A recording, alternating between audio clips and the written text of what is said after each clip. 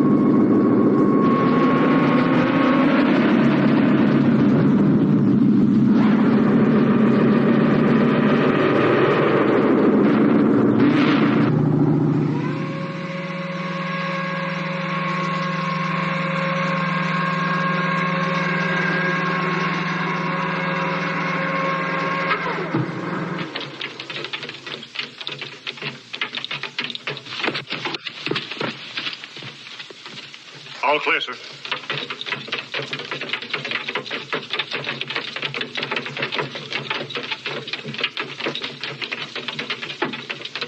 Look at the color of that sky. Yeah, but I'll still take blue. Then language is a virus. Language, it's a virus. Language, it's a virus.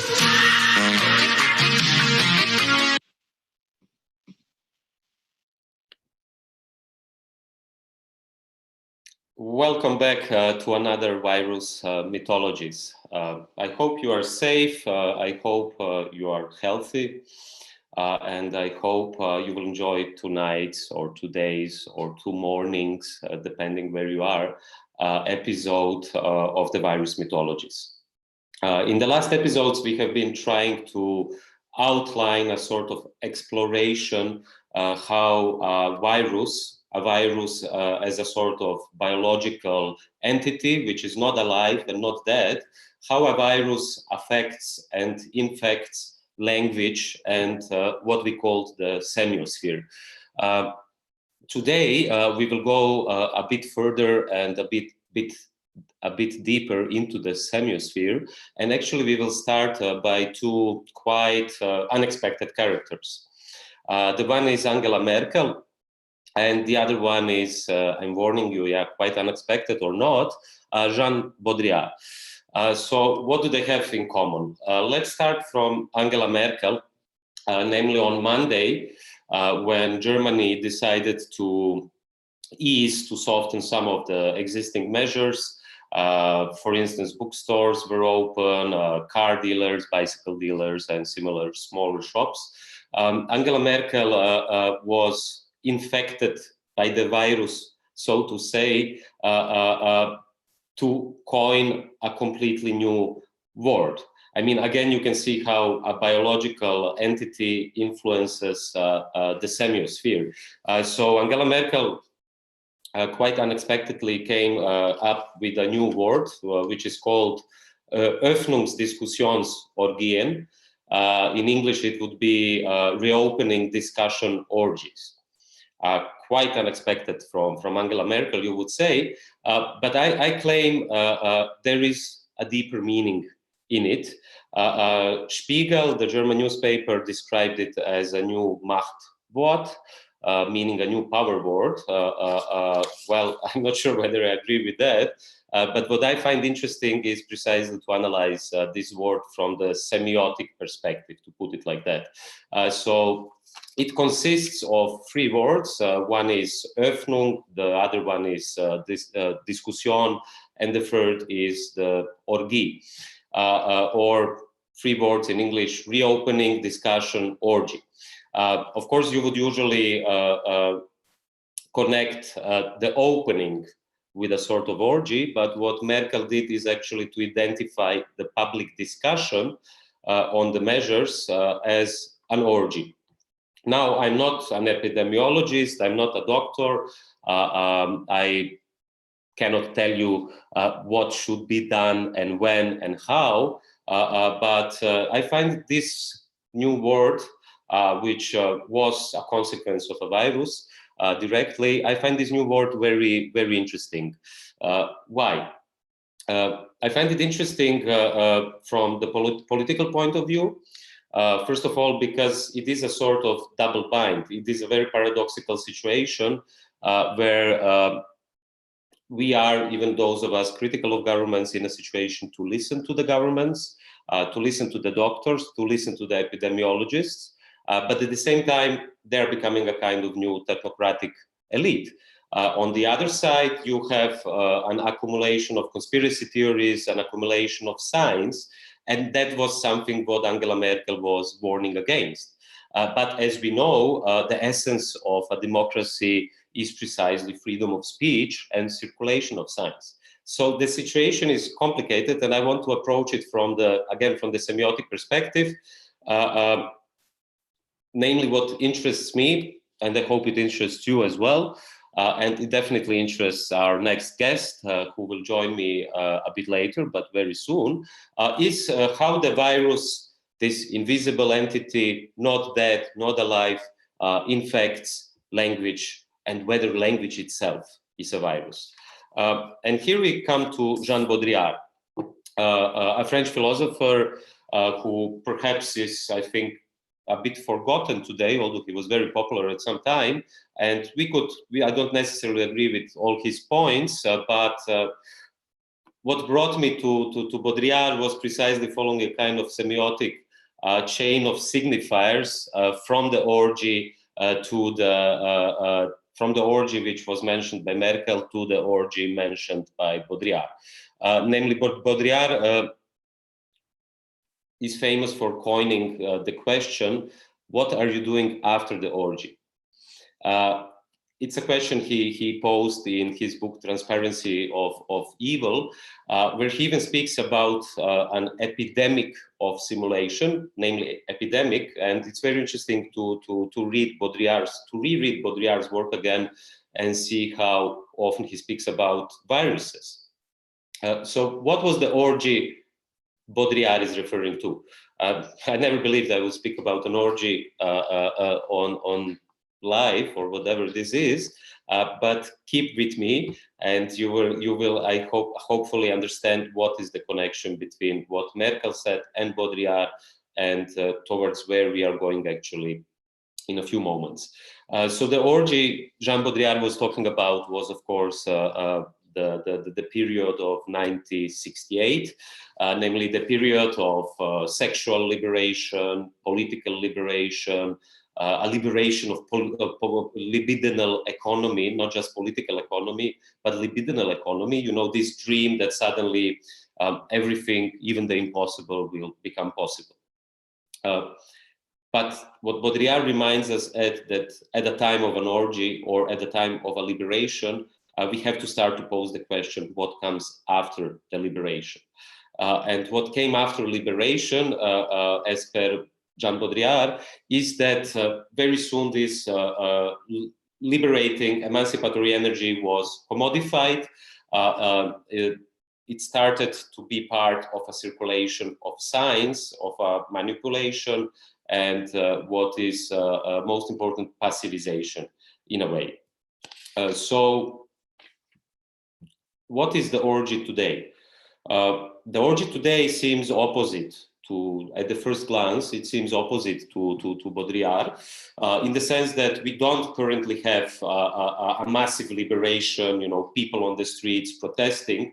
On the contrary, if the last year, 2019, was the global year of protest, the year of global planetary protest, from the climate movement led or represented by Greta to Extinction Rebellion, millions of people on the streets, but also millions of people protesting austerity from Chile to many other countries, then 2020 is the year, or at least was the year of a stoppage, a year of a slowdown. And in that sense, to ask what comes after the orgy today has a different meaning, but at the same time, the point Baudrillard made is similar. Namely, what Baudrillard already feared was that precisely the period of liberation might turn into a new order. And in that sense, I think these Öffnungsdiskussionen and the reopening discussions are so interesting, because you can see that there is a conscious, unconscious, libidinal economy, collective desire to get out of quarantine, to get out of self-isolation, and to liberate ourselves, to put it like that. And everyone just can't wait, actually, for this to finish, except some few people who actually like it in self-isolation, I think. And what is this new order which is coming? It is a new order of surveillance technology. It is a new order of possibly a second wave of infection in autumn already. It is a new libidinal economy, symbolized by terms such as social distancing, self-isolation, which already shows that a new behavior is being formed. It is also a new language which is coming, as exemplified by Angela Merkel. What is happening in the meantime is that this orgy is really becoming a part of discourse, or the discourse itself is becoming a sort of orgy of something what Marshall McLuhan would call the electronic age. So what Angela Merkel was probably, it would be great to have her here in the show, what she was actually referring to might be the fact that a discussion is becoming an endless circulation, accumulation, reproduction of the science. I mean, you can just see Donald Trump, who is now speaking about injecting disinfectants. I mean, this is obviously a circulation of science, which will then again have a real effect on the people of United States.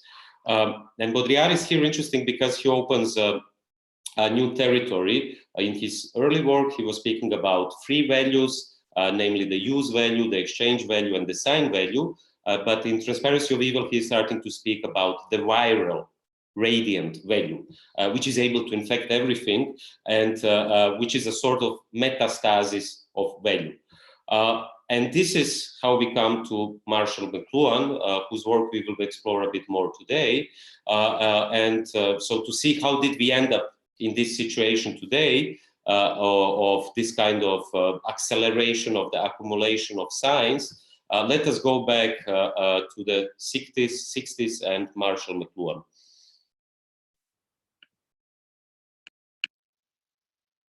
Instead of going out and buying a package book, of which there have been 5,000 copies printed, you will go to the telephone, describe your interests, your needs, your problems, and say, I'm working now on the history of Egyptian arithmetic. I know a bit of Sanskrit. I'm qualified in German, and I am a good mathematician. They said, it'll be right over.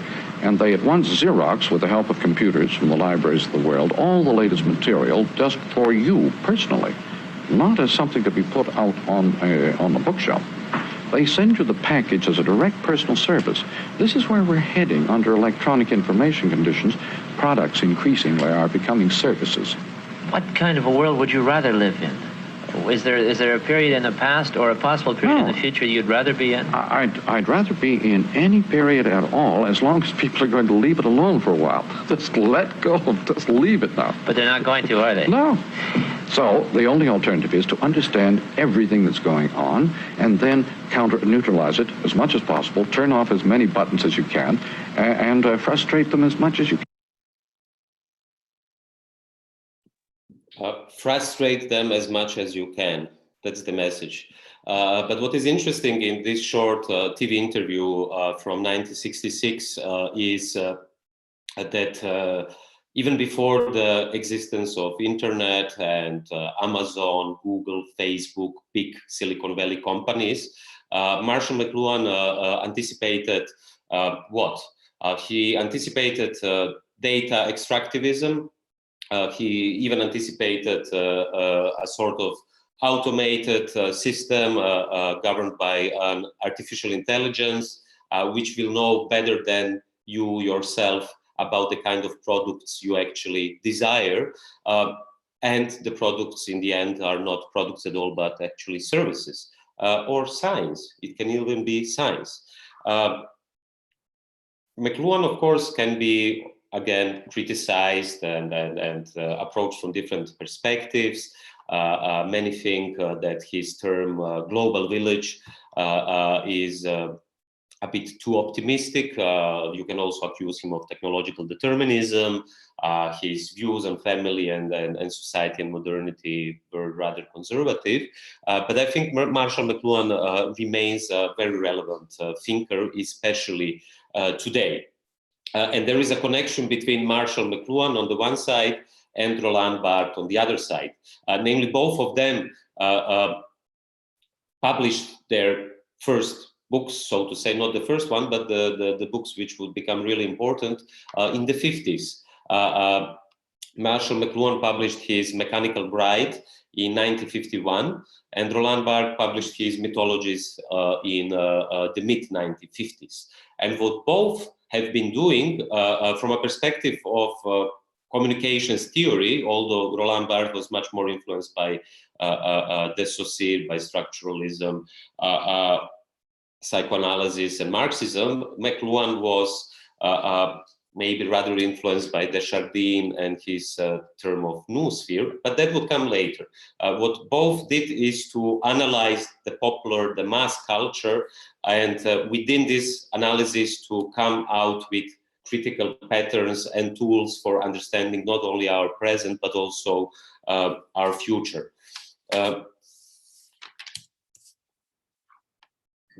I need a break.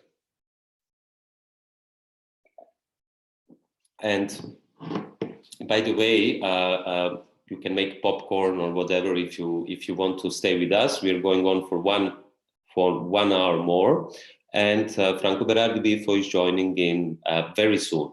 So to come back to McLuhan, why I think that he's important today, it is he has a similar point of view as Roland Barthes, that in our contemporary period, in McLuhan's theory, that's the electronic age,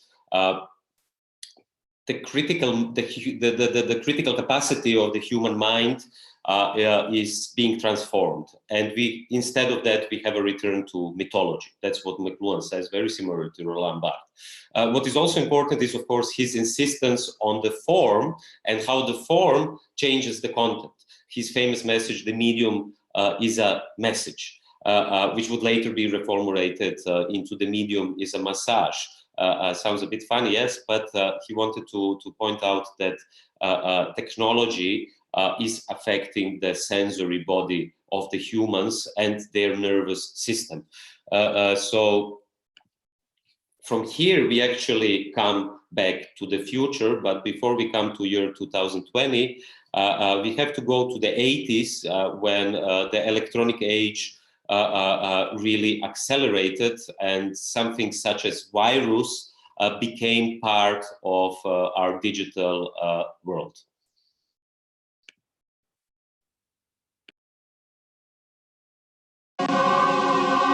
I certainly remember when I realized I was infected for the first time. It was one of those things I never thought it would happen to me.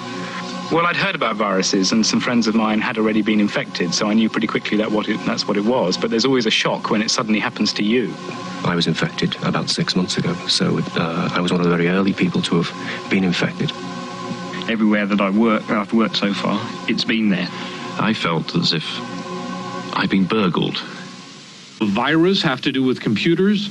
Well, this kind of virus is a very brief computer program.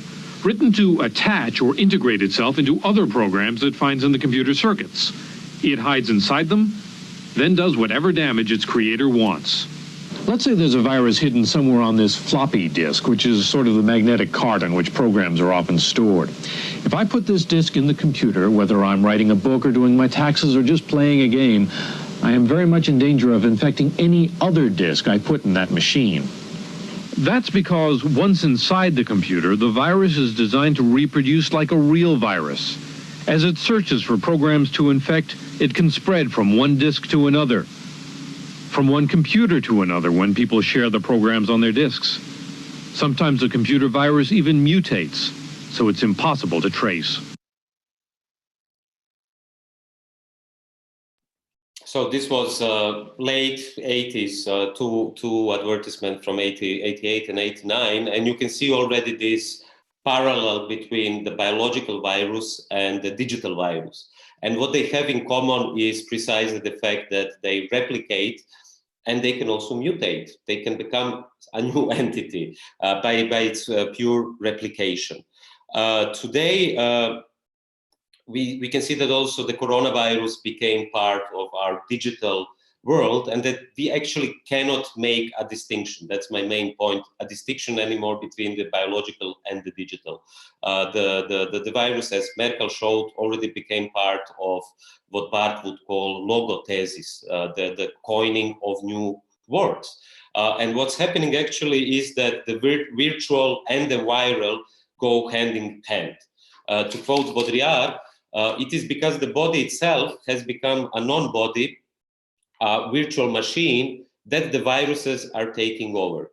And a suggestion for a reading after this would be a nice text by Jean Baudrillard from 1996 about the cow madness, the mad cow disease, where he actually shows how the cow itself becomes a virtual machine, a sort of simulation fed by hormones, even fed by other animals, which actually, according to some theories, created the virus, which then jumped from cows to humans. But to come back to our time, 2020, if there is one philosopher who understands our age very well, it is my dear friend Franco Berardi Bifo. And before I invite him, let's just have a short watch on, well, we'll talk about it later, but I think it's the best possible introduction into Bifo's semiosphere.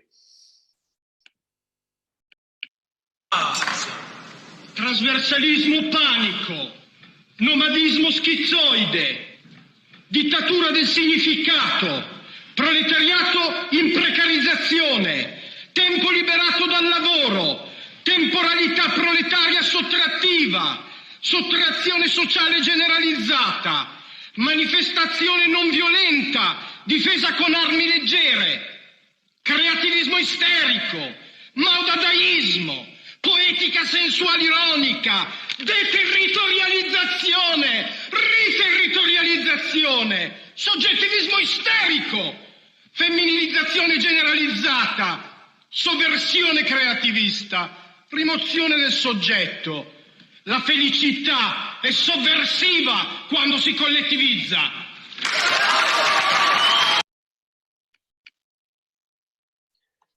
So if I ever wanted to do something similar to Woody Allen, I will do it now. Namely, I mentioned Franco Berardi Bifo's work and theory and some of his points during the previous episodes. You can watch the first one where we talked a bit more about semio-capitalism, which is a term coined by Franco Berardi Bifo.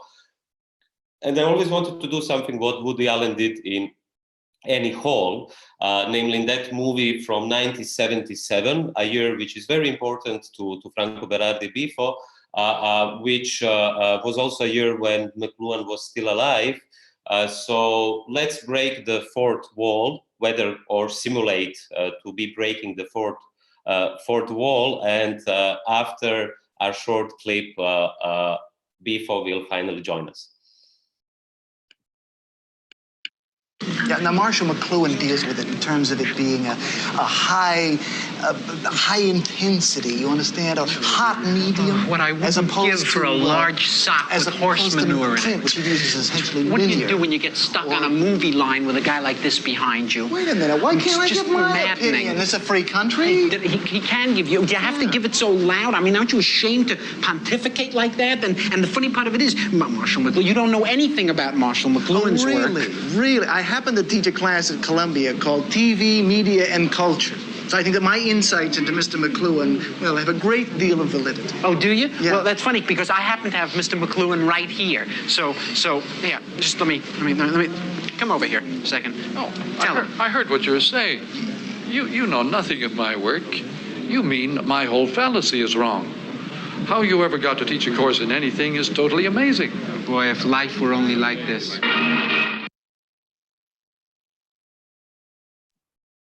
Yeah, I expected that Bifo would join us already, but he's still not here.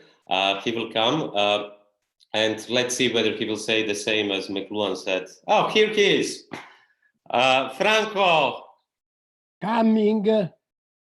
I can see you and I can hear you already. Do it again.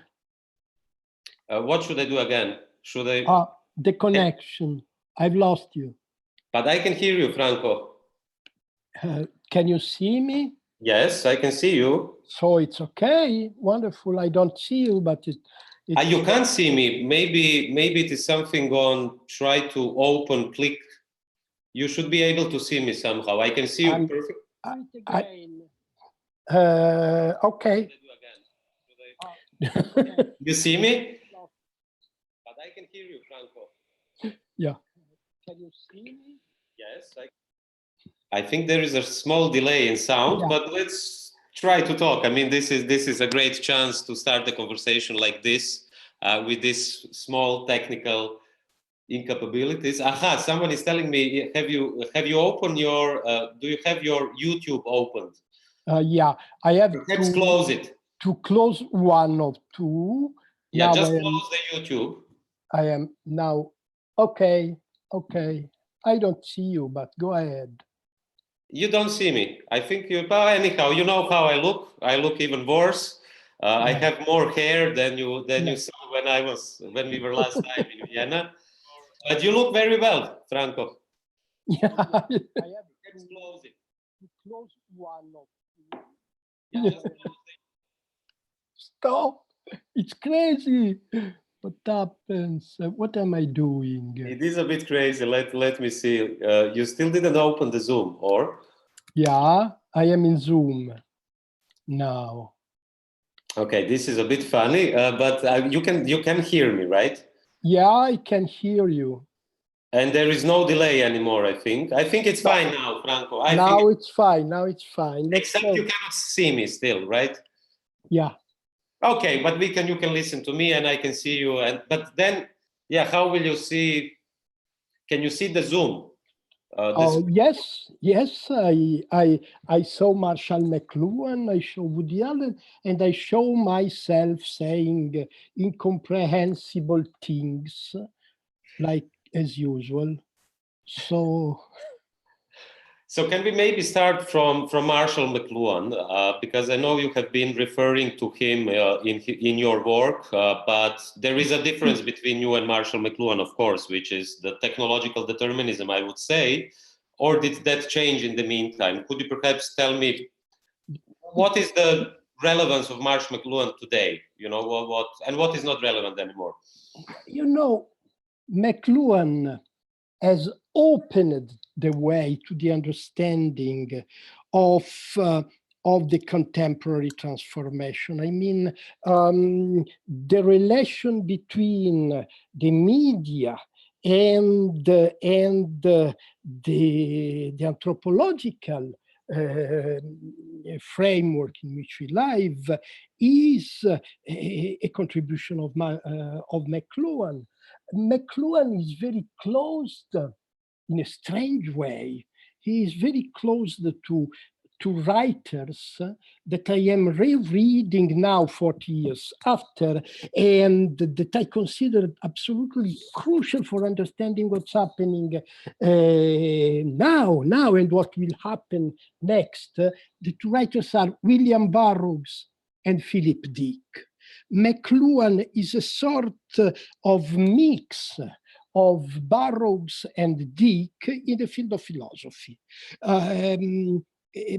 What is the contribution of Dick and Burroughs? That is the interesting thing.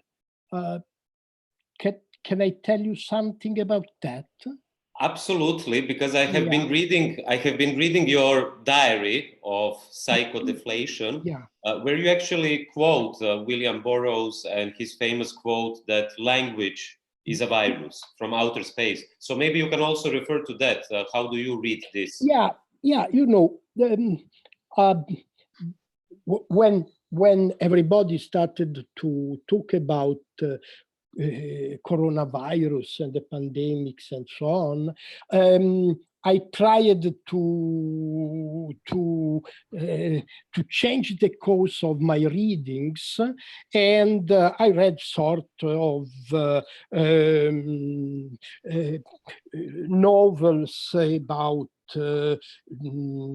about sex, about feminism, and so on. I tried to forget about the hardcore of the present situation, which is Burroughs and Dick. So in the last week, I changed my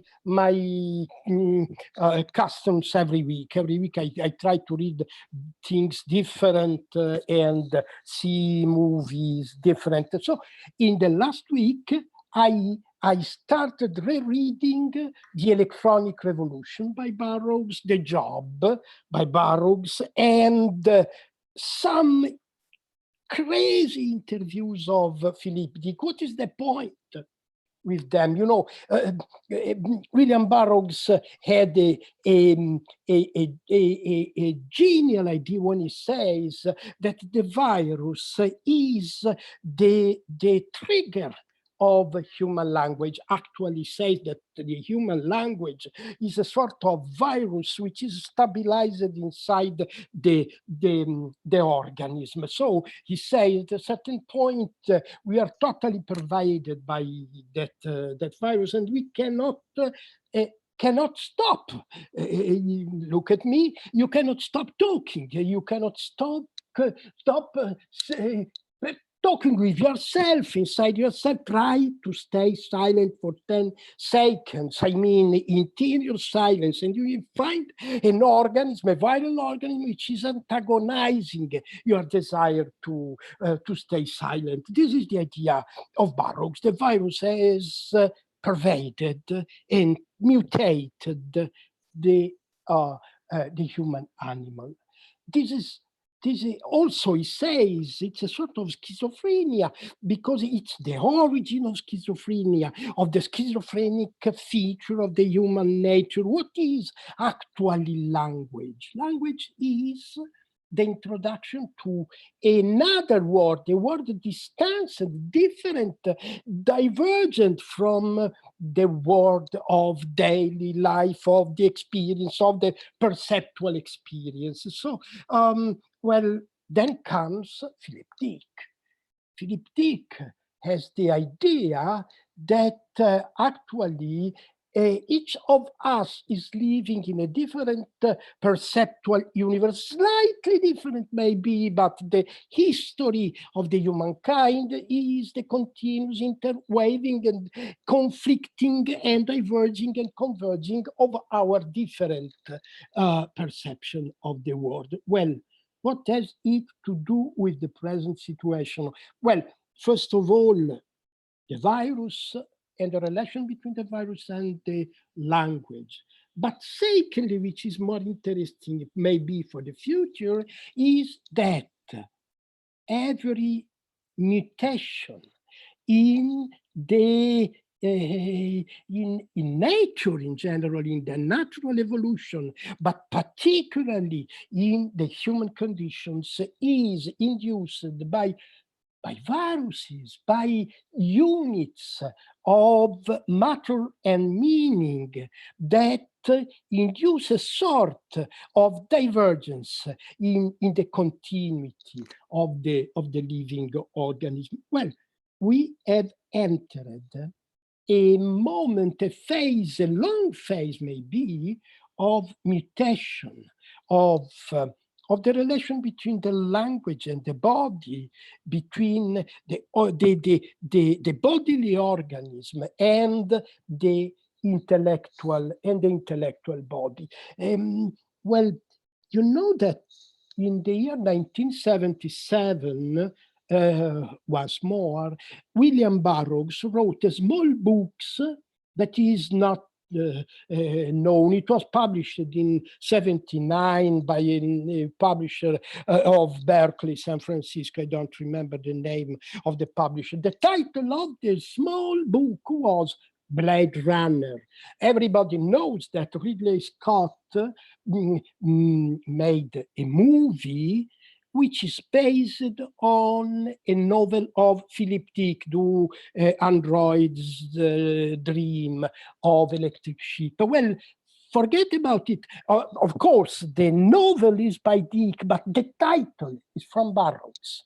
Burroughs and Dick meet in the brain of Ridley Scott, and that movie is the story of Philip Dick with the title of Burroughs. But in the small book that Burroughs wrote in 1977, he tells a story. The story is all of the human race is confined, is secluded, is closed in their homes, and only Blade runners, couriers, young men who can run from one place to the other are bringing what? Guess what? Are bringing drugs, are bringing antidotes and drugs and brain enhancers and so on and so on.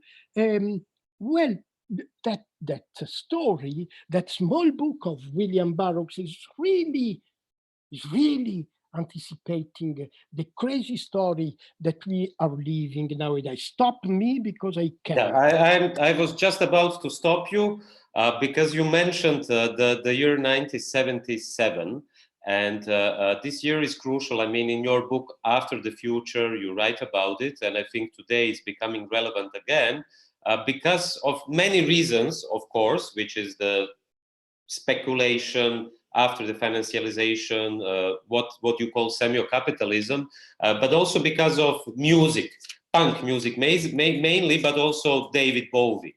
And if there is one song which kind of embodies, I would say even our period today, when, you know, everyone is on their balconies clapping to the new postmodern heroes, to the doctors, to the nurses, to the health workers, you can see that the meaning, the original meaning of Bowie's poem or song is becoming relevant today again. So I suggest that we watch a clip which was made by our dear friend David, who made a very nice montage out of the music and out of the current present situation and out of your text.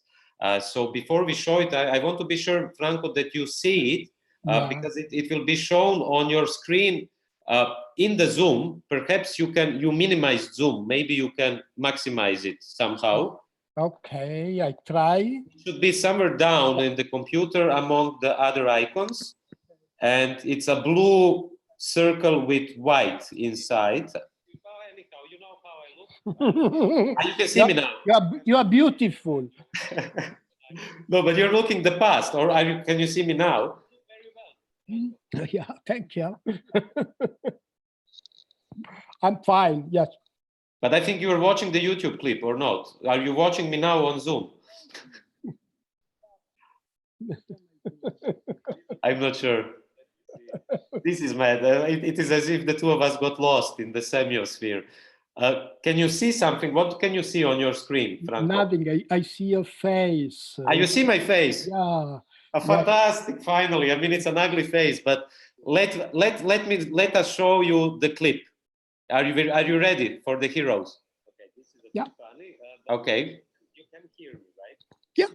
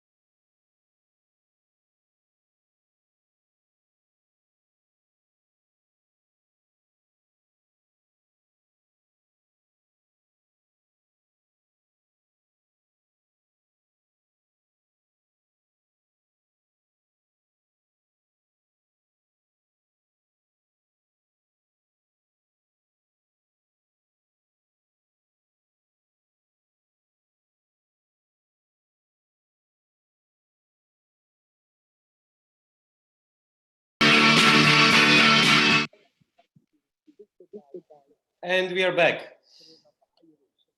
Let me do something because I tried. I can. We are back. We are back, Franco. Did you see the clip?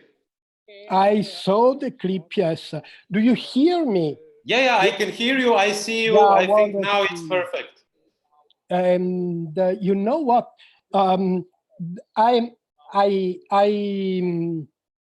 I read also the text that was beside the video, and I know that text. Of course, because you have written the text. Yeah, but I have something to say about that text now. That story is over in a sense, because what I say in that text is that since '77. The world, the physical world, the biological world started to disappear, vanished because it has been sort of diluted and transferred in the sphere of pure semiotic exchange of the media. Well, this is over because the pandemics that we are going through is exactly the comeback of a reality, a biological reality, a physical reality that we have been denying, removing, forgetting in the last 40 years. This is the big novelty. The bios is back. And now we have to face this comeback of the bios, which is not exactly a beautiful sight. I mean, the weight the BIOS has come back is the sickness, is contagion, is fear. And now I think that actually we are in a threshold. We are passing a threshold. You know what threshold means. It may signify the passage from light to darkness, but it may signify the passage from darkness to light. That is the ambiguity of the present moment. This is the possibility that we are facing now. How can we deal with this mutation in a way that may be happy, that may be, let me use the word, harmonious with the new composition of the biosphere, of the infosphere, and of the psychosphere. This is the problem now, the problem that we have to face while going through the threshold. Mm-hmm. You said something interesting, which I maybe would... Pardon. Yeah. I think, can you hear me now? Yeah. Good.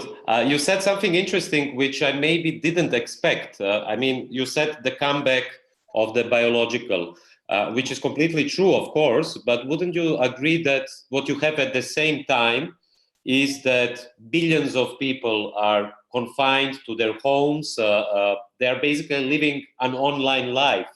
I mean, people were living it already before, but I don't think in this kind of numbers. Don't you think that at the same time the biological entity, the virus, is being integrated into the semiosphere, into the infosphere, by creating new signs, new concepts, which will then, after we get out, also create a new reality, like in the sense social distancing, flatten the curve, all these kind of mythologies, which are new concepts, which are new words, which is this new creation, accumulation of science. How do you see this recomposition of the biological and the semiotic? Well, first of all, Blade Runner. Everybody knows. Now you are muted. You are muted. Now I am not mute. I am back. You are back. The problem is that in my ears, it's not science fiction, but in my ears, I go on listening to my voice of 20 minutes ago. Can you understand? But that means that you have your no, maybe who knows? We just destroyed the space-time continuum. You know, we are in a Philip K. Dick. Exactly. This I is am Philip in K. a Dick. time continuum. I live into different spaces of time. I simultaneously live in you speaking now and in me speaking now, but at the same time, if I do like this, I listen to myself speaking 20 minutes ago. Clearly, it's Philip Dick. Clearly, Philip Dick. Philip Dick. Let's go back to your question. Let's go back to the threshold. Well, it's very ambiguous what's happening now. I read in The Guardian some days ago an article about what's going to happen, what's happening to the sex of people, especially of young people, what's happening to erotic desire. Because you mentioned the year 1977. Sorry, Franco, I think now I can hear my own voice from the past. I think perhaps YouTube is open still on your computer, of course, which is the... yeah, that's YouTube. I think you should just switch this off if you can, YouTube. But also because of music. Or? Mainly, but also David Bowie. This is very weird. I feel very confused with my voice from the past. I would say even our period today, when everyone is on their balconies. Try, Franco, if you can, closing the YouTube. It should be on your screen. In your internet browser, there should be a YouTube link open, I think, because the sound is coming from there. Or Facebook, or Twitter, or YouTube. Problem. We'll find a solution, don't worry. Please. Yeah, but I think you have to find the solution on your screen. Sorry. Let's just try to look at your screen. Now you switched it off. Now it's done. Oh, now can you still see me now? I can hear you. This is enough. Okay, let's do it like this for now. Yeah. So, so let's come back to the threshold, which you mentioned. Yeah, no, I said that we are going through a threshold and the situation is ambiguous. Of course, it's ambiguous. We do, and I said that I've been reading some texts, some articles in the Guardian about what's happening of sex, what will happen of sex. I mean, and the Guardian says also, this article says also that many people are experimenting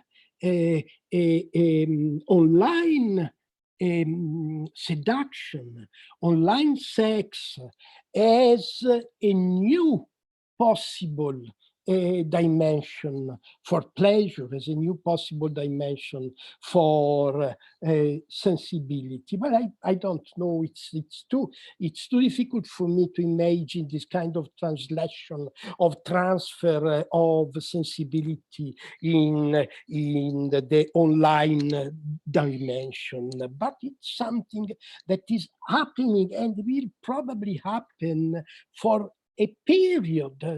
We don't know when we will be able again to enter in a coffee and meet a person who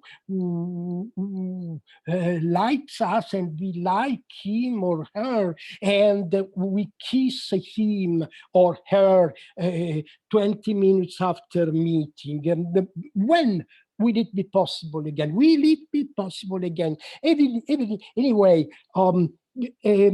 how can we go through this passage, this threshold? I see that in the net, I also this very complicated and crazy connection between me and you and Zoom and YouTube is a sort of experimentation of the difficulties of walking in this post-physical dimension.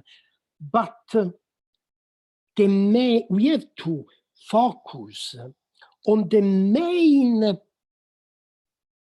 core, on the main subject of the transformation, of the real mutation that we will find beyond the threshold.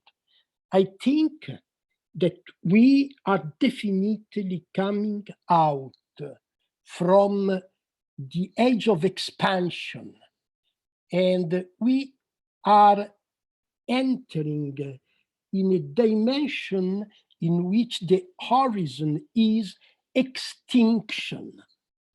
I mean, extinction now is no more a strange threat or a fear, the fear of some radical anarchists around. No. Now, extinction is the dimension in which we are stepping in. Mm-hmm. Speaking of extinction, Franco, if I may just jump in and give you my thoughts and also ask you a question. You and me, of course, besides now being in the past and in alternative realities here at this very moment, we've been both reading the Austrian philosopher originally from Germany, Günther Anders. What I think, what interests me, because and your opinion on it, is that what Günther Anders posits as a thesis is that because of the new nuclear age, and obviously what we have today is the collision of the nuclear age and the climate age, plus a global pandemic. So you have actually simultaneously several eschatological threats at the same time. You know, in ecology, they call it tipping points, but I think we could be speaking about eschatological tipping points. You know, you have, to give you an example, my family, for instance, in Zagreb was in quarantine 1 month ago, and then an earthquake happened. So you have, you know, you have a virus, you have an earthquake, you have climate change at the same time. The question, I mean, the thesis Günther Anders gives is that with this extinction you are talking about, whether this will be an extinction because the collision of the nuclear age and the climate age, or it will be an extinction because an even more deadlier virus will come in 10 years, that also human memory and language is in question. Because if we reach this kind of eschatological future, where there is no future, as Sex Pistols were singing, then also language will disappear. My question now is, of course, from the perspective of post-structuralism, this is not necessarily true, right? Because you don't have a kind of historical development from the past towards the future, which is linear, and there is actually no end, even according to Carlo Rovelli, you know, quantum physics, the order of time. So perhaps there is also no end of language. I mean, that's my question. If we approach the end of times, what will happen to language? Well, you know, I said that we are entering in a dimension which is defined by the horizon of extinction. And now we are conscious of that, not because coronavirus is going to kill us all. No, I don't think so. And maybe there will be another pandemics. But you know, forests burning in Australia, glaciers dissolving in the Antarctic, and so on. So the novelty is not that we are going to die. No, the novelty is that we are going to see the horizon of extinction. And that is new, because until yesterday, the horizon was marked by the expansion. Expansion has been the main reality of the last 500 years. Then at a certain point, 50 years ago, 40 years ago, the possibility of expansion, of infinite growth, started to be less and less realistic. But capitalism is based on expansion. So we have been forbidden to understand that expansion was finishing, was exhausting stagnation. It's a forbidden word in the field of economics. So expansion has been the prevailing mythology until 3 months ago. Now we are entering in a new dimension. But relax, don't take it badly. When we will be in the horizon of extinction, that does not mean that we are going to die in the space of 6 months or 5 years. We are going to live as long as we will be able to live. If we get free from the prejudice, from the superstition of expansion, we have to live in an harmonious relation with extinction.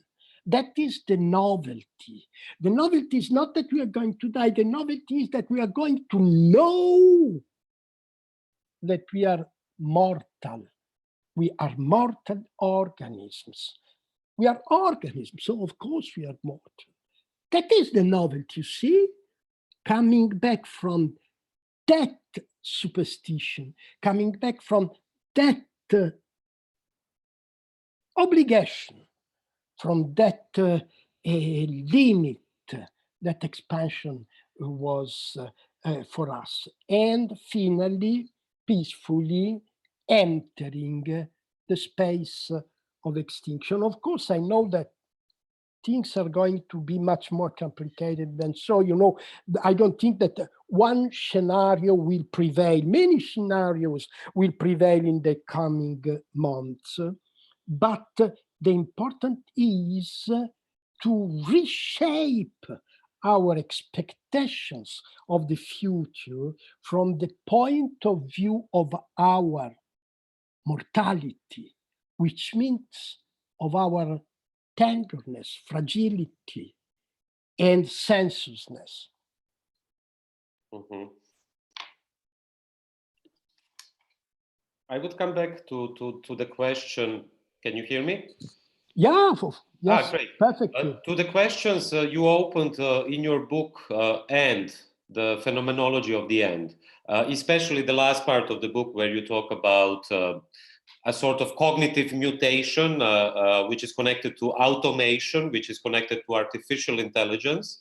What we can see with the coronavirus crisis currently is obviously that big tech companies, I mean, from Google, Apple to Palantir, and on the other side, China, are coming back, and they're actually using the situation. Just look how much money Jeff Bezos accumulated because of the current crisis with Amazon.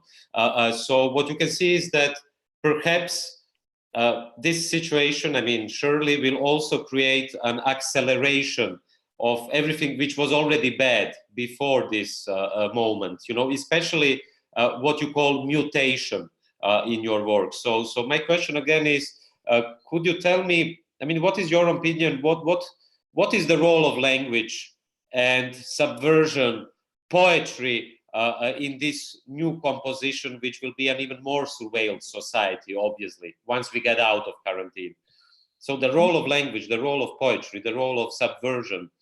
Well, first of all, language is a very ambiguous field.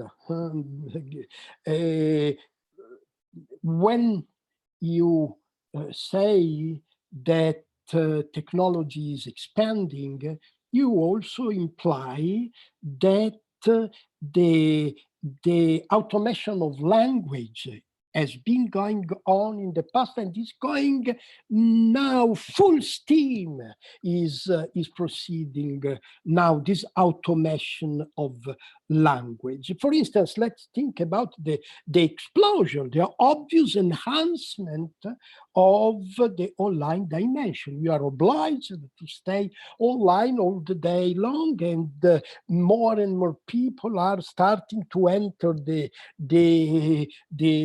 dimension of online working, online teaching, online learning, online fucking, online everything. That is the change.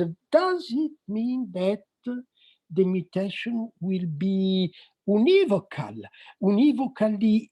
directed towards an increasing space of automation of language? Yes and not, because maybe I expect that in the coming months and years, people are going to identify, to link in their mind the online dimension and the malady and the sickness, the isolation, that sense of disease and of anguish that is linked to the pandemics. So, well, it's true.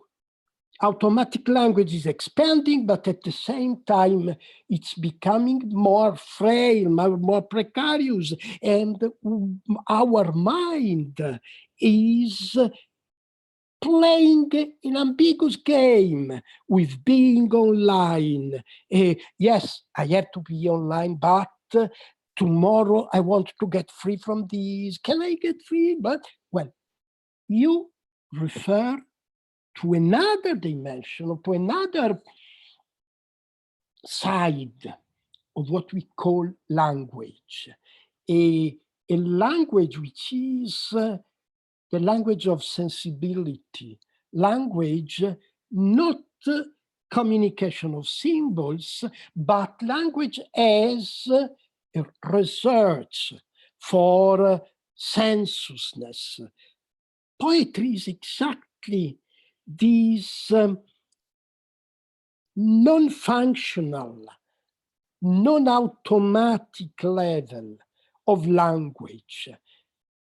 You see, I think that in this period, in these very days and nights, we are taking part in a enormous experiment of linguistic search for the new psychosphere, for the new form of life. I mean, people are making movies, small movies. People are writing messages. I read very interesting messages in Facebook, for instance, much more interesting than 3 months ago. Of course, people have time to think about, but you know what I feel? I feel that a sort of cosmopoietic process has started, a process of recreation, of refundation of our linguistic relation with our body. We are experimenting in the field of linguistic, and linguistic in a broad sense. I mean, in a linguistic space, we are experimenting the possibility of coming out from this threshold, of going beyond this threshold, and finding a new sensibility, a new capacity to understand what cannot be said, what cannot be symbolized linguistically. Well, that is. Yeah, I think what you just said actually brings us to my other little surprise for you, because you're actually outlining, as you also said in your diaries, a sort of mental jump into the open space of history, I would put it. And it is also a jump from David Bowie's Heroes as a sort of simulation of heroes. Everyone can be a hero for a day, and who gives a damn about them after coronavirus, you know? Or who gives a damn about them when I'm voting for Boris Johnson? But I will come to the balcony and clap for those who can be heroes for one day. And here we make a transition from Bowie to another song you are writing about in your book Heroes, which is of course the opposition of Heroes, which is no heroes, which is the Strangles. So I suggest we listen to it and then we come back shortly.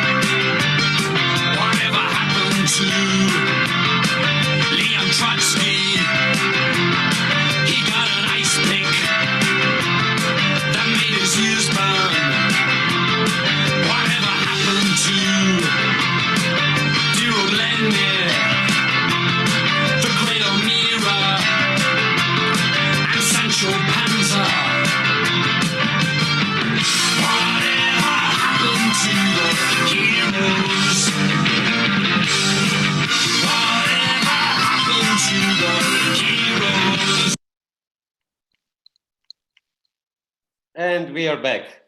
Yeah. So what happened to the heroes? Heroes, you know. Obviously, David Bowie was perversely ironic in his Heroes. And when I quote David Bowie in my book Heroes, I am trying to repeat the ironic gesture of that song, Heroes. We don't need heroes. We need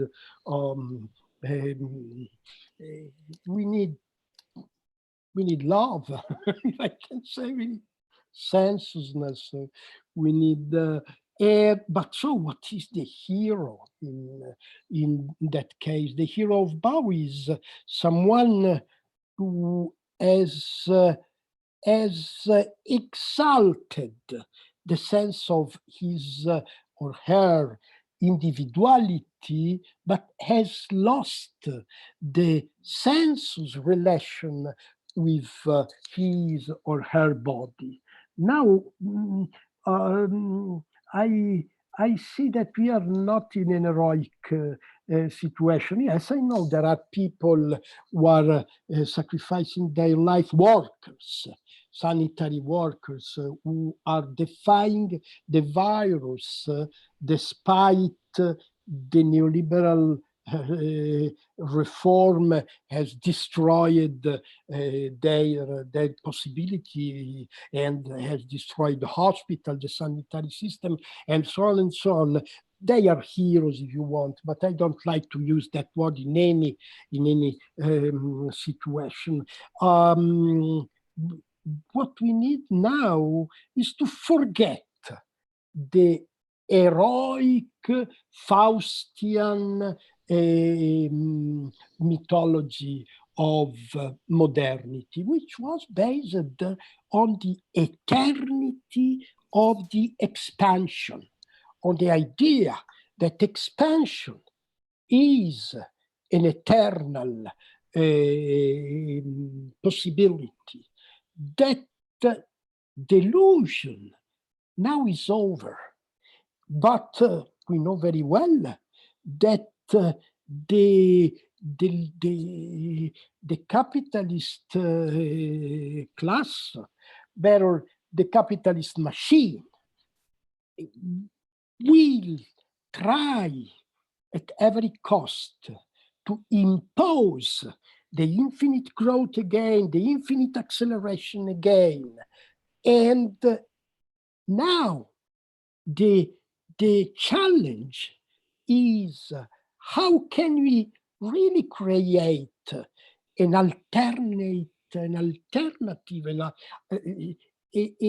another reality, another temporality, which is able to distance itself, to rid itself from the trap of expansion. How can we do that? Well, I say that the sudden, painful perception of the extinction as a new horizon can be of help, can be the new condition in which we manage our resources, our desires, our potencies in a way that is conscious.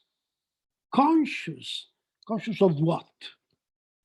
Conscious of mortality, conscious of time. Mm-hmm. Since you mentioned time, and we are running out of time, slowly coming to an end. I mean, it's not an end. You and me will continue to live in the semiosphere. So my last question for you here, and we'll get in touch later, of course, again, is can you give a message to those who will watch and listen to this in 2025?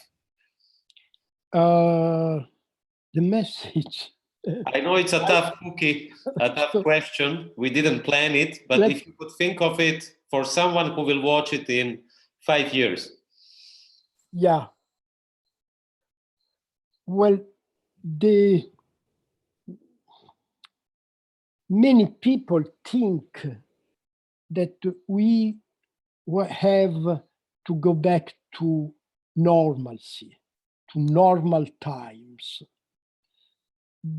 And many people think that the end of the pandemics will be the end of this storm that all of us have been living in the past months. I think that an act of wisdom today consists in being conscious that the big storm is coming. The big storm is coming after the end of the pandemics, but we are not frightened by it because we have the consciousness that either the human beings will be able to live in a condition of equality, solidarity, and frugality, or they will deserve what the storm is preparing for us. Thank you, Srećko. Thank you, Franco. We will stay together in the storm, and I have a little present for you, so don't go away. I will play you a song which I think will make you happy. It's a song from a Bertolucci movie, which is a movie about isolation. Thank you. See you soon. Kisses and big hugs. Ciao.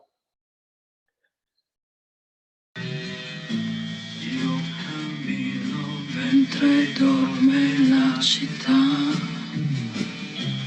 i suoi occhi nella notte, fanali bianchi nella notte,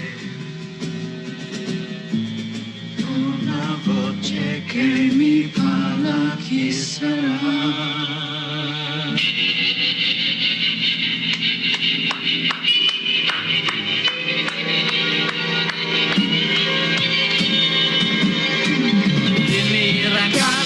Solo dove vai, perché tanto dolore hai perduto senza dubbio un grande amore, ma di amori è tutta piena la città.